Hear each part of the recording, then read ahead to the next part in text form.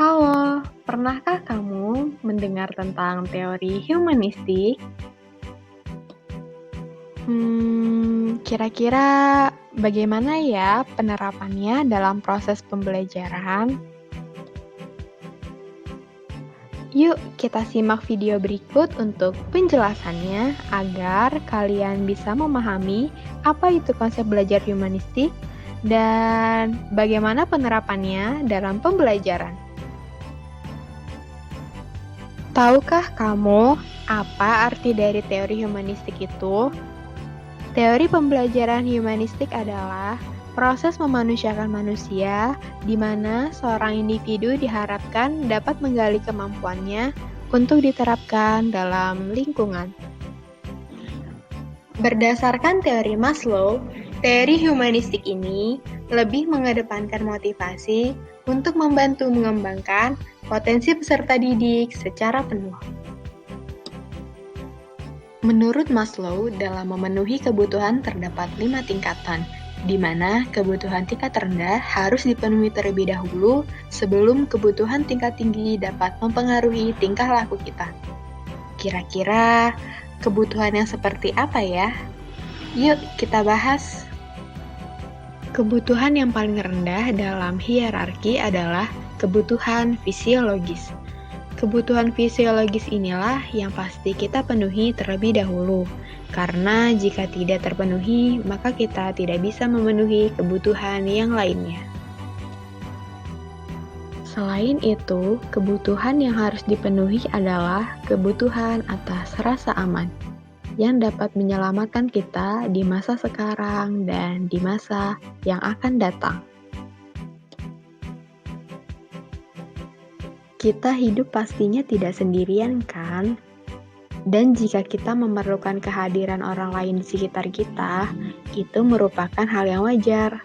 Contohnya, dalam hal membutuhkan rasa kasih sayang. Setelah melakukan banyak hal, pastinya kita mengharapkan sesuatu yang lebih, kan? Contohnya, dalam mendapatkan reputasi atau nama baik atas apa yang telah kita kerjakan. Dan kebutuhan yang paling tinggi pada hierarki adalah kebutuhan aktualisasi diri atau menggali dan mengembangkan potensi yang ada pada diri kita sesuai dengan minat dan bakat yang kita miliki. Dan berikutnya adalah teori dari Carl Rogers. Roger mengatakan bahwa lingkungan belajar dapat mempengaruhi aktualisasi diri kita loh. Dan juga setiap peserta didik ditakdirkan untuk berkembang dengan cara yang berbeda, sesuai dengan kepribadian yang kita miliki.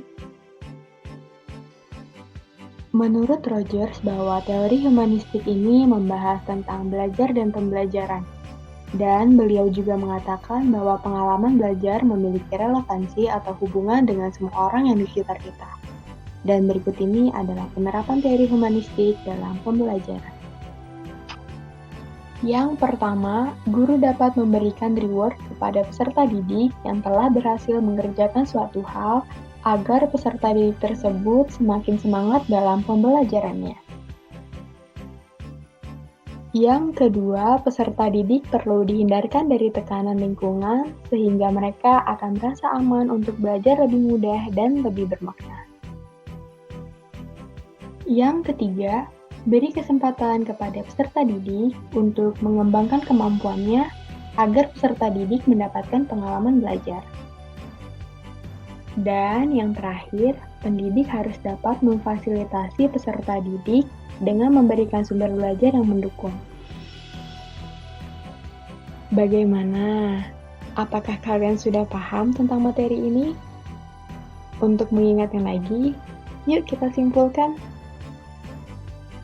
Sebagian besar tindakan manusia mewakili upaya untuk memenuhi kebutuhan. Kebutuhan bersifat hierarki atau tingkatan. Maslow mengurutkan tingkatan kebutuhan menjadi 5 tingkatan, yaitu fisiologis, rasa aman, sosial, penghargaan, dan aktualisasi diri. Dalam pembelajaran, tugas utama guru yaitu bertindak sebagai fasilitator yang membangun suasana kelas menjadi lebih efektif. Yeay, selesai sudah materi kita kali ini. Kurang dan lebihnya mohon dimaafkan. Terima kasih dan sampai jumpa di video berikutnya. Bye-bye.